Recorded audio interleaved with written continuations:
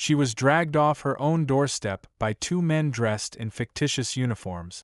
They were unaware that she was prepared and a member of the CIA. Have you ever relocated and realized you're not really welcome? The stares and the abrupt quiet when you pass by are more telling than what people say. It's like you've just scuffed your foot on someone's shiny floor, only the dirt is you.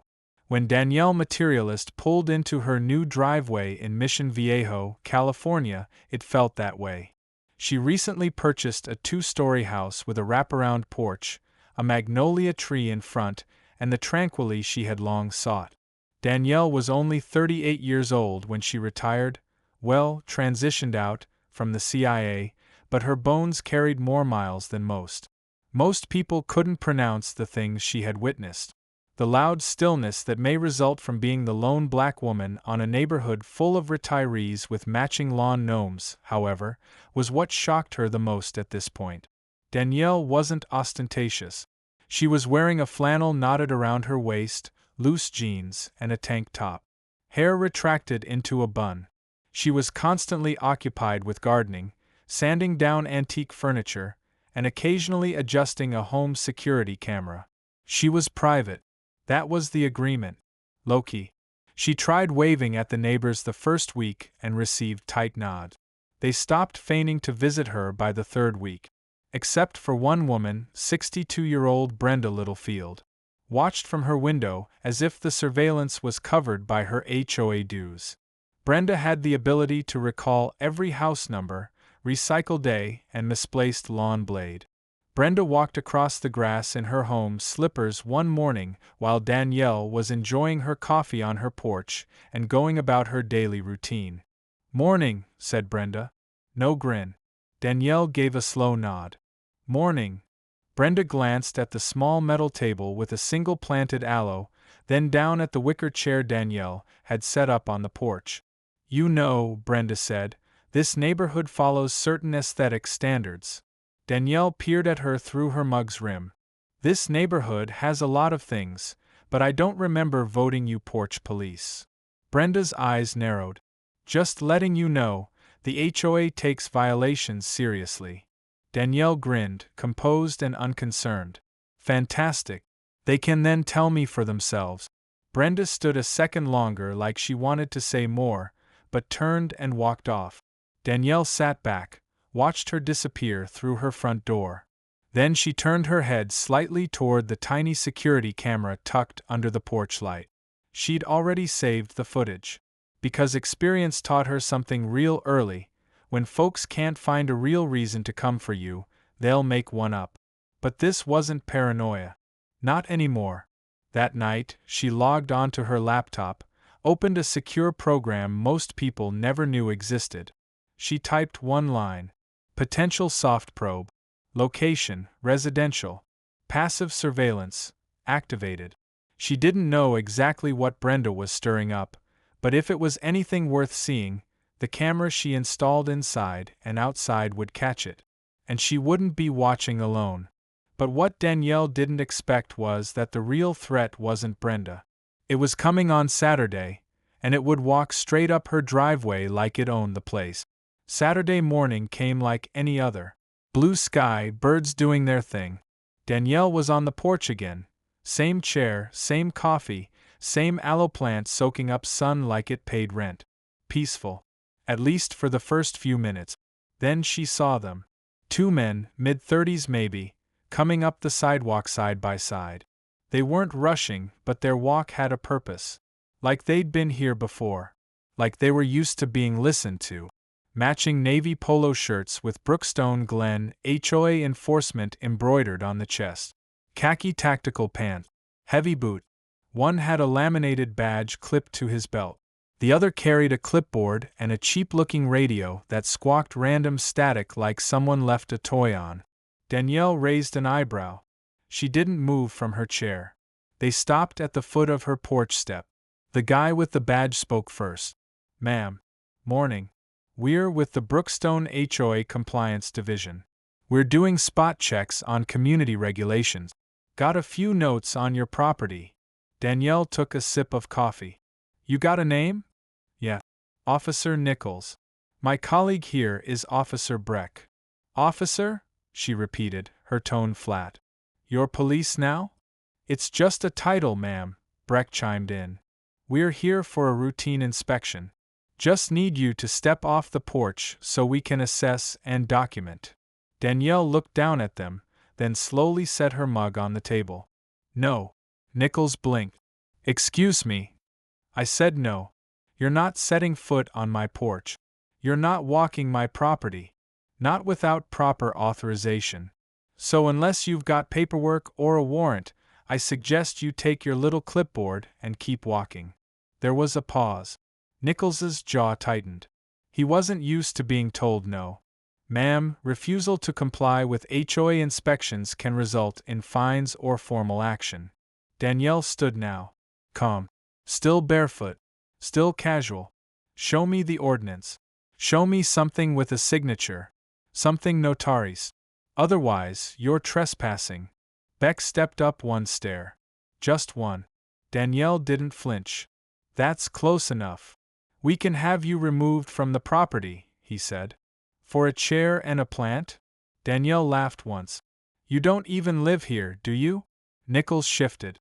Ma'am, I checked the HOA board last week. Cross-referenced names and photos. Neither of you are listed. So if you're enforcement, she said, then I'm Beyoncé. The static on their radios popped again, empty noise. No dispatch, no call signs. Just theater. Danielle took a step forward. Not threatening, just confident. You got 30 seconds to get off my property. Nichols frowned. You sure about that? Dead sure. Breck's hand moved toward Danielle's arm. She caught his wrist, quick, clean. Her grip locked so fast he didn't have time to react. She held it tight, pressure on the tendons. That was a mistake, she said softly. Nichols started to move in but stopped when he saw something in her eyes. It wasn't fear. It wasn't even anger. It was calculation. She let go of Breck's wrist. He staggered back, one step, just one. Danielle adjusted her shirt like nothing had happened. You two better walk away before you find out what neighborhood enforcement really looks like.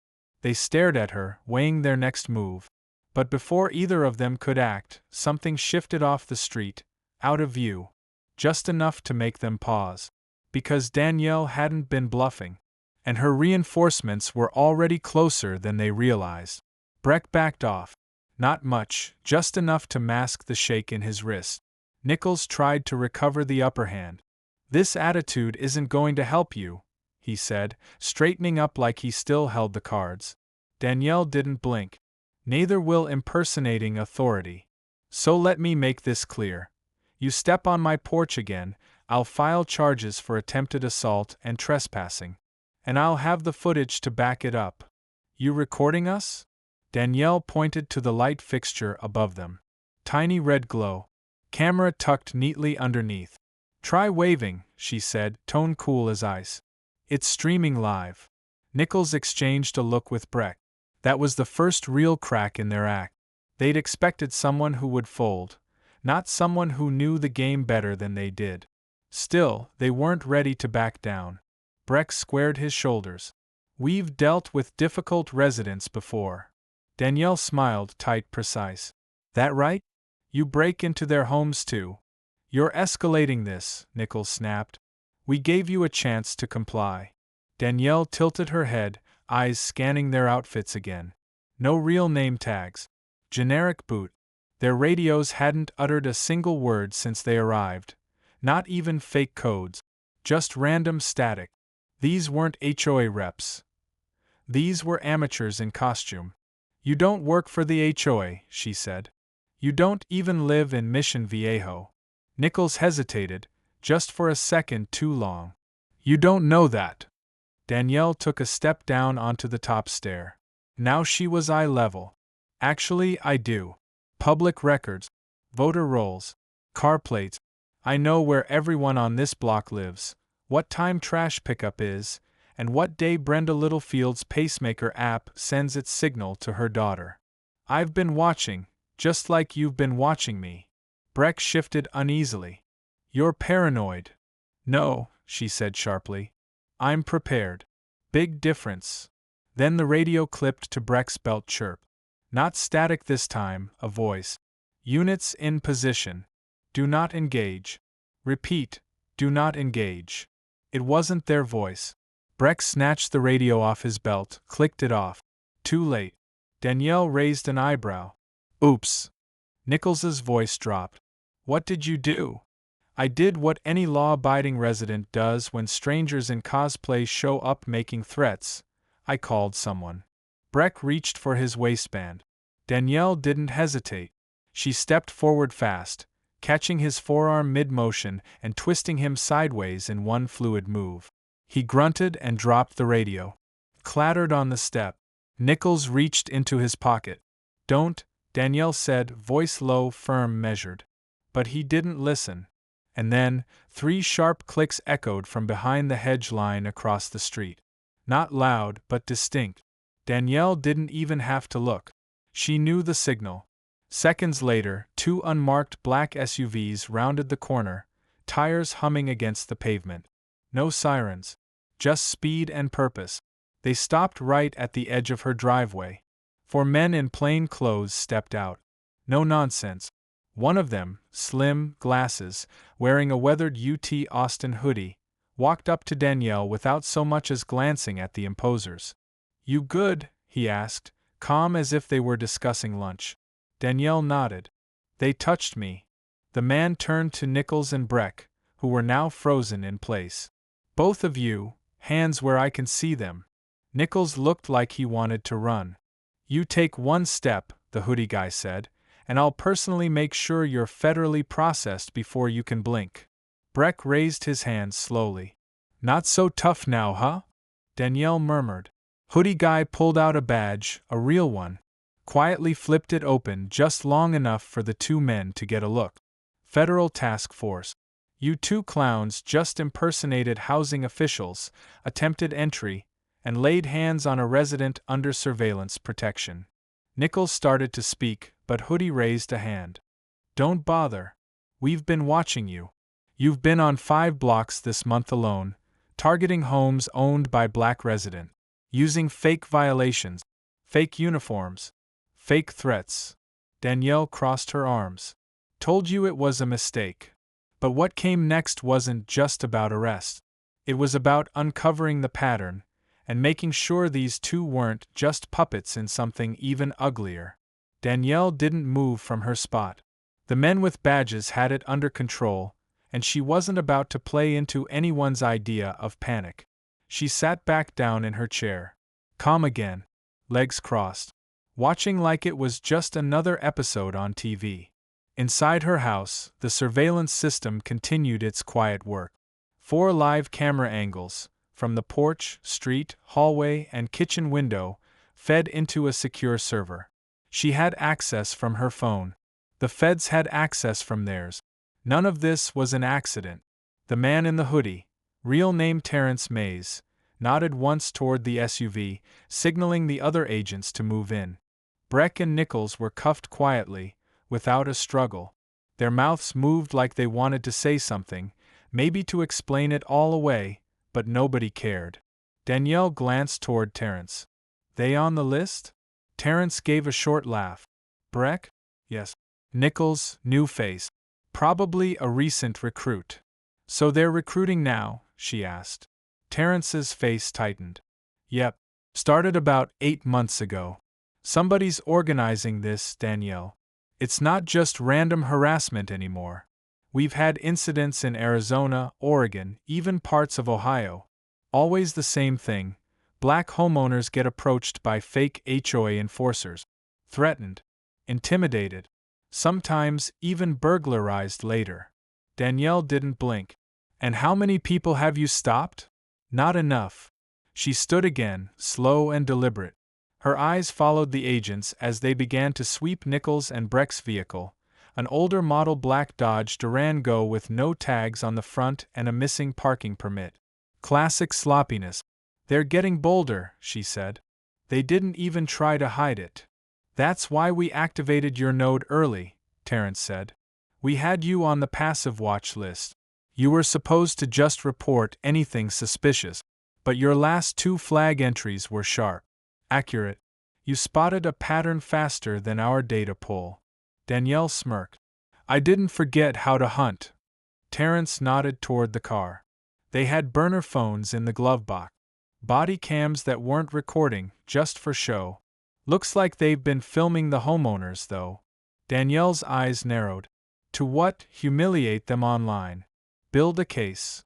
Worse. To document which homes had what. Cameras. Locked. Patterns.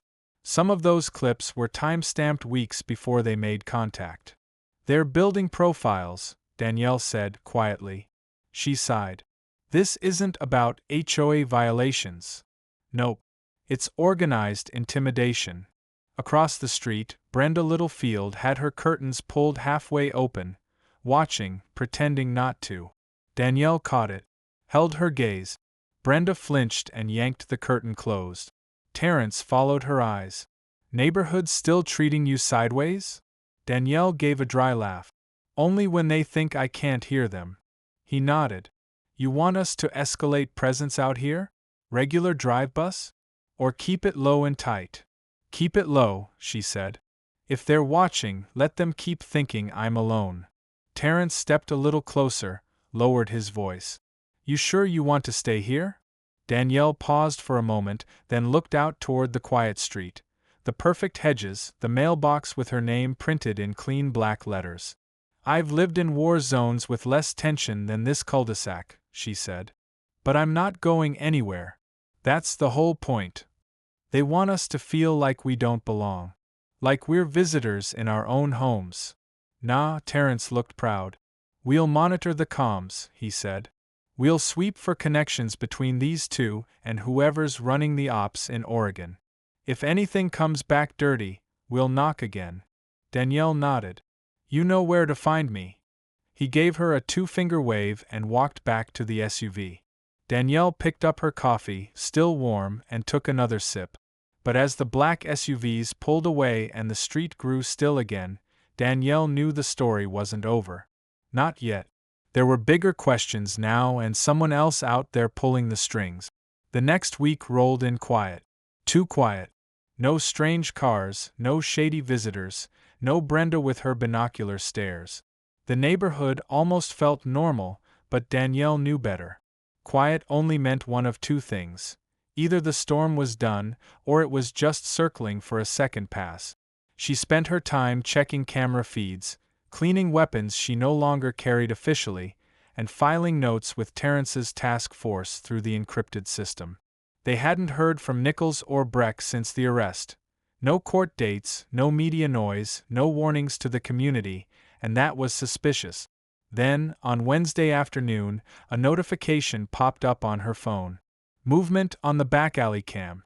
A gray Toyota Camry with no plates had crept past her garage. Too slow to be accidental. Too late in the day for deliveries. Danielle didn't panic. She marked the footage, texted the timestamp to the task force, and waited. 2 hours later, the same car was parked across from the local post office, 3 blocks down. Same car, same driver, sitting. That night, Danielle sent one line to Terrence. They're back. Watching patterns. I want in on the setup.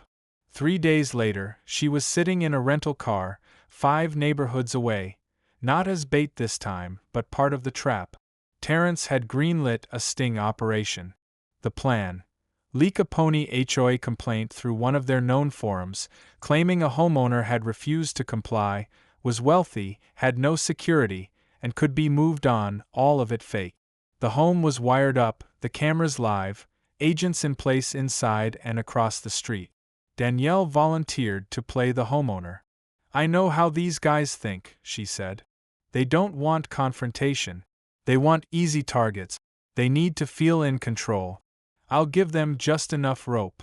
The house they used was perfect. Empty, staged just right.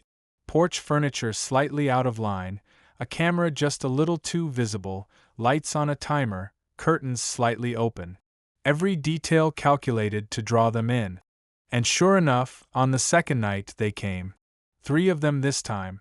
One was Nichols. Danielle recognized him the second. He stepped out of the black Ford Escape with dark tints and walked up the porch like he still believed he had a badge. The other two were new. One older, bald, stocky, moved like he used to be military. The other was younger, jittery, constantly scanning like he was waiting to hear sirens. Danielle watched from the monitor van 2 houses down. Heart beating steady, controlled. Nichols knocked once, then tried the handle. It opened. Inside, agents waited behind false walls. The men entered, flashlights on. One whispered, "Go left. Check the office." They were casing the place like it was routine. Then came the takedown. Terrence hit the signal. Doors burst open. Agents flooded in from the backyard, front and second floor. Federal agents on the ground yelling. Confusion. One of them tried to run. Didn't make it past the porch. Nichols froze, hands shaking. They'd been caught red-handed. Outside, Danielle stepped out of the van and walked up the driveway as the men were cuffed and lined up. Nichols looked up and saw her. "You," he said. "This was you." Danielle crouched slightly to meet his eyes. "You didn't just pick the wrong house. You picked the wrong woman." Twice, the older man tried to speak, but Terrence cut him off. "Save it. We already pulled your text. You've been targeting black homeowners from fake HOA sites for over a year. You're not enforcement. You're predators." Nichols looked pale now. "We weren't going to hurt nobody." "Tell that to the woman in Tucson who got her front door kicked in," Terrence snapped, "or the family in Portland who had to move after your people inspected their home while they were out of town." Danielle stepped back, letting the agents do their work. The sting had worked, but it wasn't just about catching a few impersonators. It was about pulling apart the whole network, shining light where folks thought they could move in shadows. But for Danielle, this was personal. And she wasn't done. Not until every last one of them knew she wasn't afraid and she wasn't alone. The next morning, Mission Viejo looked the same on the surface. Manicured lawns, sprinkler systems whispering through flower beds, mailboxes lined up like soldiers. But something had shifted. Word got out fast. Danielle didn't tell anyone. She didn't need to. People talked, and whatever rumors were floating around about black SUVs, federal agents, or men being dragged off in cuffs at 3 a.m., they were loud enough to echo across fences. She stepped onto her porch just before 8 a.m., coffee in hand. Same chair, same plant, same rhythm. Only today, the silence wasn't cold. It was different, heavy, like people weren't sure what to do with what they knew now. Across the street, Brenda Littlefield's blinds twitched again, but this time the curtain didn't drop. Brenda actually stepped outside, robe, slippers, and all. Danielle didn't move. Brenda walked across the lawn like every step was an argument with her pride. She stopped at the edge of the walkway. I saw the news," she said quietly. Danielle didn't answer. Brenda cleared her throat.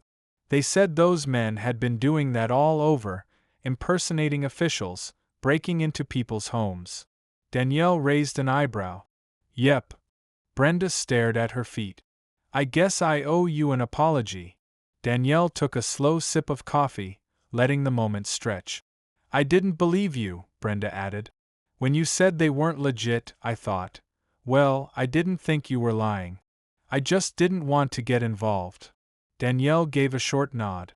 "You didn't have to believe me. You just had to pay attention." Brenda swallowed. "I get that now." Silence again. Danielle looked out over the street. "You know what the real violation is in this neighborhood?" Brenda looked up, comforted. Danielle said, "People get so used to things being a certain way, they start thinking anything different must be wrong. But difference doesn't mean danger." Brenda looked like she wanted to say something else but didn't. She turned to go, then paused. "I won't be ignoring things anymore," she said quietly. "And if anyone else comes around pretending to be something they're not, I'll make sure they regret it." Danielle gave a small smile. "Good. Keep your eyes open, Brenda." Brenda walked back home without looking over her shoulder. Later that day, Terrence called. His voice was tired but satisfied. "They flipped." "Which one?" "All three." Nichols gave up the forum admins. The older guy rolled on the money trail. We're talking paper, address lists, Danielle, home info for sale. Privacy's been for sale, and we didn't even know it. Danielle nodded, not surprised. You did good, he added. Hell, you did more than good. Danielle didn't answer right away. Then they're not done? No, Terrence said. But we're watching now. And so are you. They hung up. That evening, as the sun dipped behind the rooftops, Danielle sat on her porch again. She thought about all the homes across the country where someone was watching the street a little too closely, where folks with nothing better to do built stories in their heads about who belonged and who didn't. She also thought about the people who would never know she helped stop something bigger than a fake uniform. And that was fine because this wasn't about recognition. It was about standing your ground, about not backing down just because someone in a polo shirt told you to. It was about knowing your worth and refusing to let anyone take it from you, even when they come dressed like they belong. Because sometimes the most dangerous people aren't the ones kicking in the door. They're the ones knocking, smiling, and hoping you'll be too scared to ask questions. Danielle asked, and then she answered, with receipts, footage, and a plan that reminded everyone. You don't get to decide where I belong. I do. Know your rights. Trust your instincts. Don't let fake power scare you into silence. And when you know something's wrong, say something, even if your voice shakes. If you or someone you know has experienced harassment or intimidation disguised as authority, report it. Speak up. Document everything. And never forget, your home is your ground. Stand on it.